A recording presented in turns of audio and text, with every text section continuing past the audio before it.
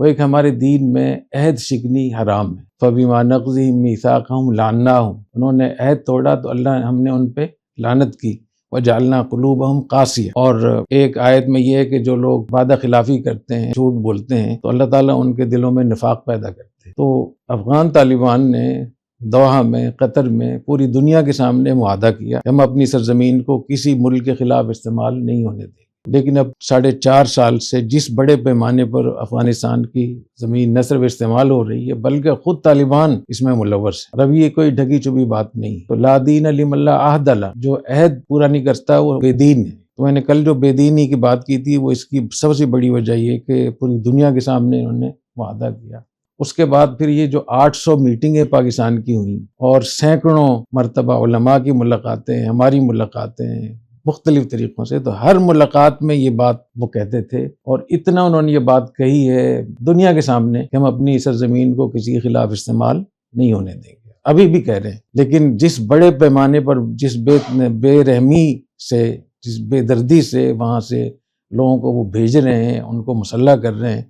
تو یہ کتنی بڑی عہد شکنی ہے۔ تو میں علماء کرام کو اس پہ خاص طور پہ متوجہ کروں گا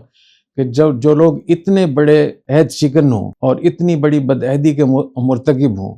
تو ان کو آپ کیا کہیں گے، اس کا کیا جواز بنتا ہے؟ حضور اکرم صلی اللہ علیہ وسلم نے، صحابہ کرام نے 250 معاہدے کی، مشرکین مکہ سے بھی، یہود سے بھی، رومیوں سے بھی، فارس سے بھی، حبشہ والوں سے، اور بہت سارے قبائل سے۔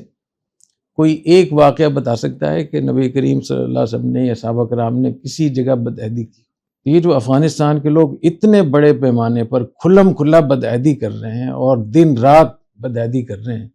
تو اس کی وجہ سے کیسے آپ کہہ سکتے ہیں اس کو کہ امارت اسلامی ہے؟ ایک بات تو ایک اس پہ غور کریں، اور جتنا اس پہ سوچیں گے تو آپ کو ہر طرف سے شواہد ملیں گے کہ انہوں نے معاہدہ کیا، تحریری طور پر بھی معاہدہ کیا، دنیا کے سامنے معاہدہ کیا، میڈیا کے سامنے معاہدہ کیا، گروپوں کے سامنے، وفود کے سامنے، اور عمل کیا ہے ان کا۔ تو ایک تو میں اس پہ کہوں گا، اور میں نے سنا ہے کہ وہ ان میں سے کسی نے یہ کہا کہ معاہدہ ہمارا، ذبیح اللہ مجاہد کے حوالے سے یہ بات آئی تھی کہ انہوں نے یہ کہا کہ ہمارا معاہدہ امریکہ سے ہوا تھا۔ تو ان سے میں درخواست کرنا چاہتا ہوں بہت ہاتھ جوڑ کر بادب طریقے سے کہ اگر امریکہ سے آپ یہ معاہدہ کرتے ہیں تو پاکستان جو ایک مسلمان ملک بھی ہے، آپ کا پڑوسی بھی ہے، آپ کا محسن بھی ہے، وہ اس کے مستحق نہیں کہ آپ ہم سے بھی معاہدہ کر لیں۔ اور آپ نے تو وہاں جو الفاظ استعمال کی تھی اس معاہدے میں، پوری دنیا نے یہی سمجھا اس، اور اگر وہاں آپ نے معاہدہ نہیں کیا تو آپ نے سینکڑوں مرتبہ ہمارے سامنے کیا، پوری دنیا کے سامنے کیا ہے کہ ہم اپنی سرزمین استعمال نہیں ہونے دیں گے، تو پھر یہ کیسے استعمال ہوگا؟